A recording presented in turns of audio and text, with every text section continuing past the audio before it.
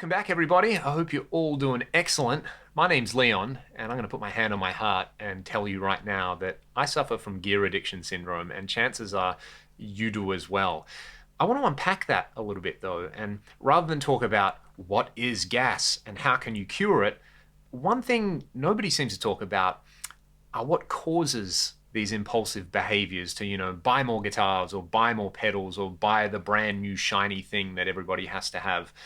And for me, this is kind of been something I've been thinking about a lot. And I guess it's kind of part of a personal journey that takes into account, lots of other things that happen in life in general, but specifically applying it to guitar gear and looking at why I bought so much stuff and continue to buy stuff. And for me, I think it's a behavior which kind of stems from a fear around creativity.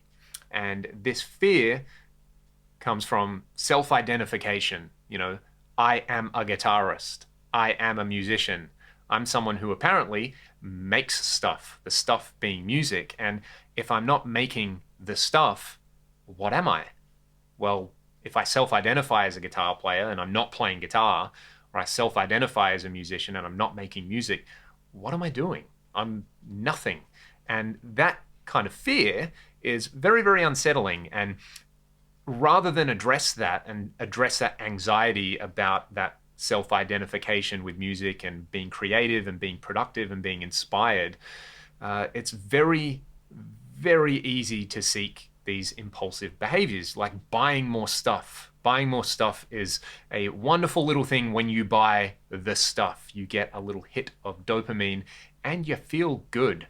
And what happens over time is, we've got this control system in our brain, which is like, hey, dopamine makes us feel good. When you do something nice or something rewarding happens, you get a little hit of dopamine and you kind of adjust your behavior to seek out that reward. You've also got this thing which is like, hey, don't be too impulsive. Don't do something super stupid and, spend all your money on clones or something like that, whatever your crux is. So we kind of have this battle between this desire to seek out rewards and then the control system, which is suppressing that reward-seeking behavior. But when you throw stress or anxiety on that mix, that control system is weakened and it's very, very easy to give into those, impulsive behaviors. So, the entire world at the moment, everybody watching this is under an immense amount of stress, no doubt, whether it is an economic stress, whether it is just a stress about being able to kind of move around or see your loved ones, whether it's stress about, how are you going to continue to make music under lockdown or under quarantine or something like that. So that is happening right now and it's very, very real. Or whether it's more of this self-identification, existential kind of stress where it's like, I haven't made something today. I haven't played guitar today. I haven't written a song today. I'm stressed. I'm going to give into these impulsive behaviors. And rather than, turn Pro Tools on and tune my guitar and write a riff and record it, I'm going to go on Reverb or I'm going to go on eBay and I'm going to buy something. I'm going to buy a pedal. I'm going to buy a guitar. I'm going to buy some new strings and I'm going to feel better. And that is going to divert some of that anxiety about having not made stuff. So for me, the kind of battle is worrying less about that self-identification with being someone who makes stuff. I'm a person. Sometimes I play guitar. Sometimes I try to make music and sometimes I wouldn't say successful, but I feel fulfilled sometimes, like when I write a song or I write a cool riff or I make a video like this. This is one big reason why I make these videos, kind of talking to you all out there. It might be a little Instagram video. It might be kind of one of these freeform editorial things. It might be a tutorial. Channeling my energy into those things is great and it definitely detracts from that gas behavior. But some days I just either don't feel like it or I am tired or I'm stressed or I've got other things going on. And it's kind of a journey in discovering that, yeah, you can be somebody who, roughly self-identifies as a musician or a guitar player, but sometimes it's okay to have a day off. Sometimes it's okay to have a break. And I actually get this a lot from my guitar students who recently have just been incredible. So many of them have been working so hard and have made so much progress. They have put the time they've had on their hands to great use. But some of them have admitted that they feel a bit burnt out, whether it's burnt out creatively, whether they just don't want to play, but they're forcing themselves to do it. And it's like, what do I do? How do I break out of a rut? Maybe just taking a break is something you can do. So if you're feeling that, that would be my advice there.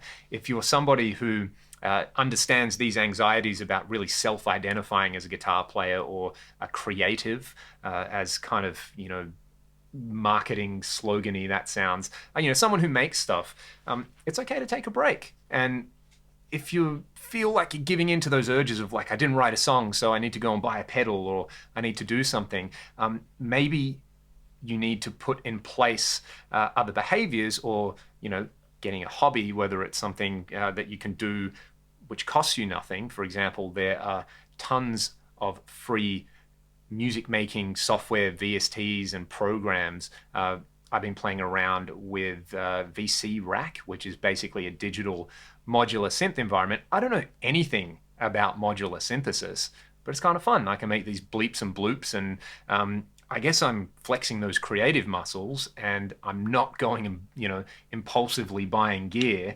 I'm not giving into those impulsive behaviors, and I found like an out in that particular situation. Or I might go and make myself a cup of coffee, or I might go and cook a meal, or I might go for a walk with my wife and, spend some time with another human being.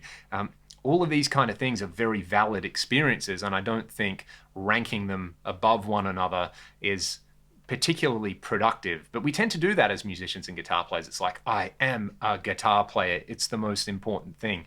Chances are, if you can kind of disentangle yourself from that type of thinking, you can lessen the stress and the anxiety around creating things. And furthermore, you're causing just less stress in general, meaning that control system, which stops you going and giving into gas, is under less stress, and you're going to spend less time looking at eBay and Reverb and buying dumb stuff you don't need, and just spending more quality time on your instrument, or quality time with your friends and your family. So yeah, there's an absolute rambly rant about gear acquisition syndrome, and I guess existential anxieties, which we're all going through at the moment. All I can say is, if you're feeling this, or you've been through this, or you're trying to figure out how to deal with gas or other things, let me know in the comments, because we're all going through some stuff at the moment. I would love to hear from you. A large part of the reason why I make these videos is to interact with so many of the people who watch them. Yeah, does this ring true for you, or does it just kind of sound like a bunch of word salad psychobabble? Let me know in the comments. I'd love to hear from you. And until next time, stay safe, be excellent to one another, and if you feel like playing some guitar, play some guitar, because it's a glorious thing.